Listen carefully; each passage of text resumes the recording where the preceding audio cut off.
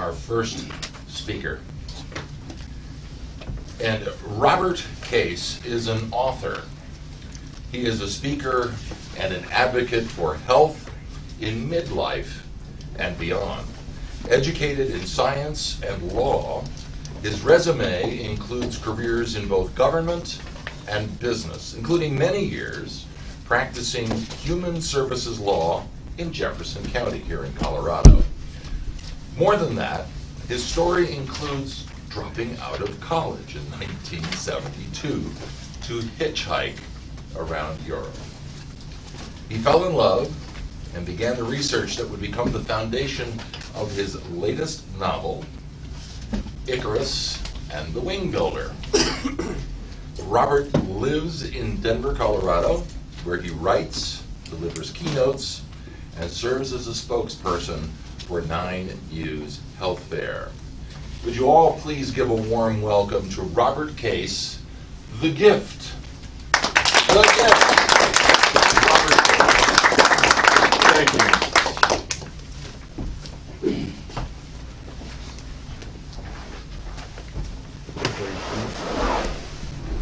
Yeah, so good to see you all here tonight. You know, we're here to talk about empowering others. And the point I want to make is that when that's the topic, everything we do matters. You have to believe everything we say matters. You just can't get too hung up on what the outcome is going to be. You can't give a gift like that and expect to be able to leave strings attached. One Christmas, several years ago, my wife and I, we received a gift from a good friend. Salad dressing crowns, dancing moons, kind with matching stopper tops and oil in one bottle, vinegar in the other. But to read the labels, you'd have thought that whoever created this olive oil had been a double major, English and marketing, and maybe a little European history thrown in, that these were just the most elegant salad dressing creation there could be. So there shouldn't have been much surprise then the next summer. Our friend that gave us that gift is over. We're having dinner on the patio, simple barbecue. She looks at the table. You forgot my salad dressing set. Well, no. Oh, let me just run into the kitchen and I'll get it. And she came back out with this hurt look on her face because the bottles weren't even opened yet. And that's what I mean by when you give a gift with strings attached, especially when it's to empower someone else, when you want to lift someone else up, when you want them to elevate. Don't attach too many strings. Don't get attached to the outcome. Because a gift like that, it can empower. It has that potential. Gifts are like that. So too, the example we set, just like it was back in the 1980s, when a group of engineers and scientists from MIT decided they would set the world's record for the longest self-propelled human flight. That's right. Self-propelled. Raise your hands if you believe that humans can fly. A few people, good. There really was a record, and there really was some prize money involved. You see, there's a society called the British Aeronautical Society, and they keep track of these kinds of things, these kinds of records. They also offer £100,000 a British pound, prize reward for setting a new one. And in the mid-1980s, when this team from MIT sat down to consider this challenge, the record they had to beat was a flight across the English Channel. I believe it was in 1976. The airplane was called the Gossamer Albatross. And a single pilot bicyclist cranked that propeller 22 miles across the English Channel. So who did this team from MIT look to for their inspiration, for their empowerment? The Wright brothers? No, they went back. They went way back, about 4,000 years, to the middle of the Bronze Age, when an early aviator by the name of Daedalus decided to design and build wings. So what do we know about Daedalus? Well, we know he was an inventor. He was the kind of individual, he had that kind of mind that this team from MIT would be attracted to. There would be some symbiosis there. He could take an idea, something intangible, and turn it around in his head enough times to create something of value for himself and his friends, his family, his community. In fact, on his home island of Crete, he built the first saw, and he used it to build a dance floor on the island of Crete, which was where he lived. This thing was so popular, nobody else had it. The king of the island, the king named Minos, learned of it, and he hired Daedalus to build weatherproof cobblestone roads across the island. And he also hired Daedalus to build a complex labyrinth underneath his palace. So Daedalus built this career for himself. He was a builder of stone and wood, working for the king. And it went on like that for a long time, until something happened, and he decided to become a creator of wings. That's his story. But the reason that resonates with the team from MIT is because Daedalus had the task not only of building wings for himself, but for his son, Icarus. And then he had to persuade his son, his teenage son, empower his son to test those wings, to put them on, and to fly with him, or wherever else he might choose to go. So, let's go back to 1988. We're on the island of Crete. The city is called Herakulon. It's an airport. April.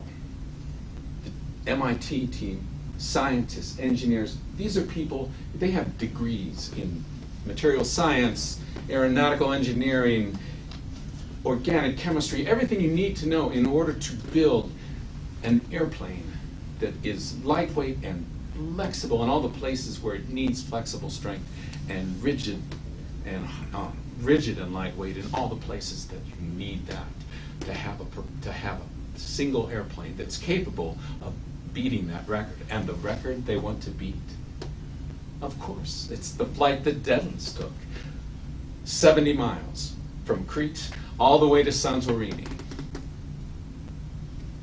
The plane, the wingspan, it's over 100 feet long. Weighs less than 70 pounds. That's without the pilot. And these engineers and scientists, they come from that place of intelligentsia, of knowledge. To pilot that plane, they had to go somewhere else. They wanted someone with heart. In fact, they wanted someone with advanced heart function and advanced lung function and strength and endurance. They wanted somebody to propel that bicycle for a long time and propel that airplane 70 miles across the sky. That particular attribute, the ancient Greeks called that arete. And there's lots of good endurance athletes out there. But they wanted to link to that ancestor. They wanted to link to that tradition of Daedalus and his flight across Crete, or across the Aegean from Crete to Santorini. So they had to choose a particular pilot. They didn't go with Lance Armstrong. No, they went with a Greek Olympic bicyclist, and his name was Kenolos Kenopoulos. And on April 23rd, 1988, in the cockpit of that plane, it's sunrise.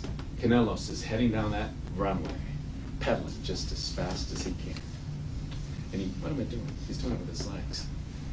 And he gets to that point on the runway where his land speed is just enough that those wings are starting to lift. And this is where he has to go deep.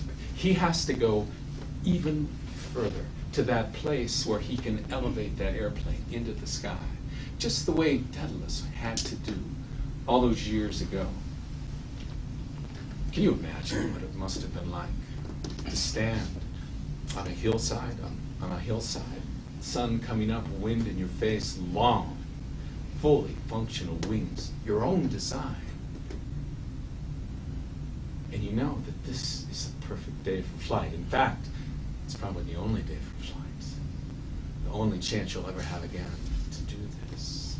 And you look up ahead, and you see on that hillside, there's a rocky ledge sticking out from the earth, and that's exactly where you want to launch from. You don't want loose gravel. You know what that's like, to slip and fall just at the last minute when you feel like everybody's watching. No. Loose gravel won't do. Firm foundation is what he needs. Safety net? I don't think so.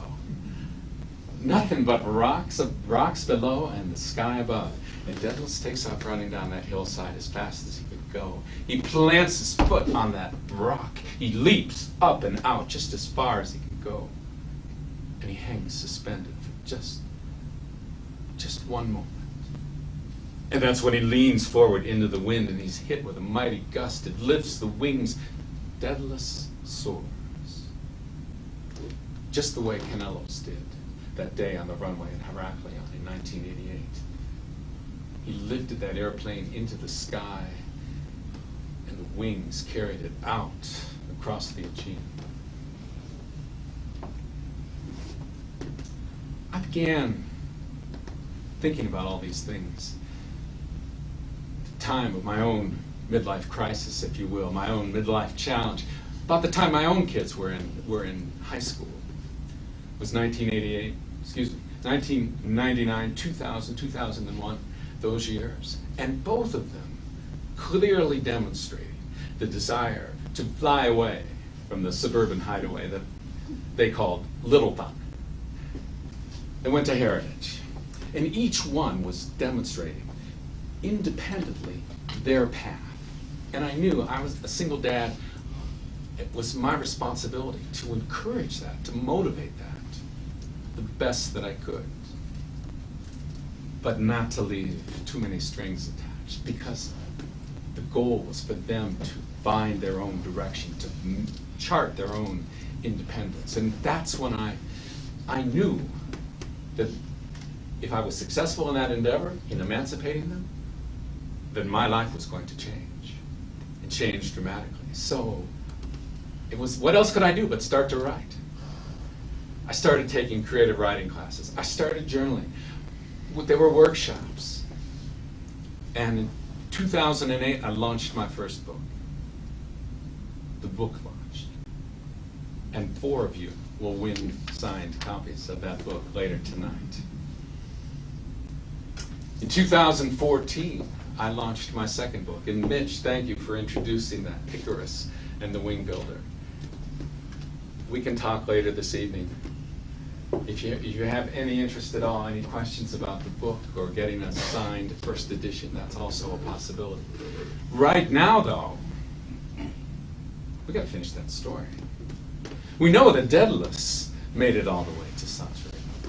What about this plane? What about the plane named the Daedalus? Of course they named it that. What else would they name it? Canelos piloted that plane.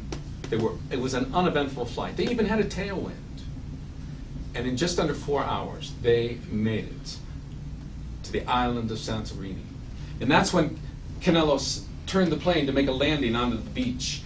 And he's been up there for about 4 hours. Pretty tired guy by now. And just as the one wing goes out across the beach, the heat that's rising off the sand lifts that wing. And the other wing goes down into the sea.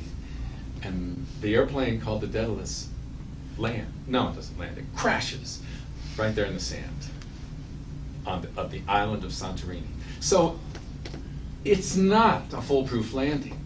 That's the way life goes. And these undaunted, these engineers congratulated each other. No one was hurt, by the way.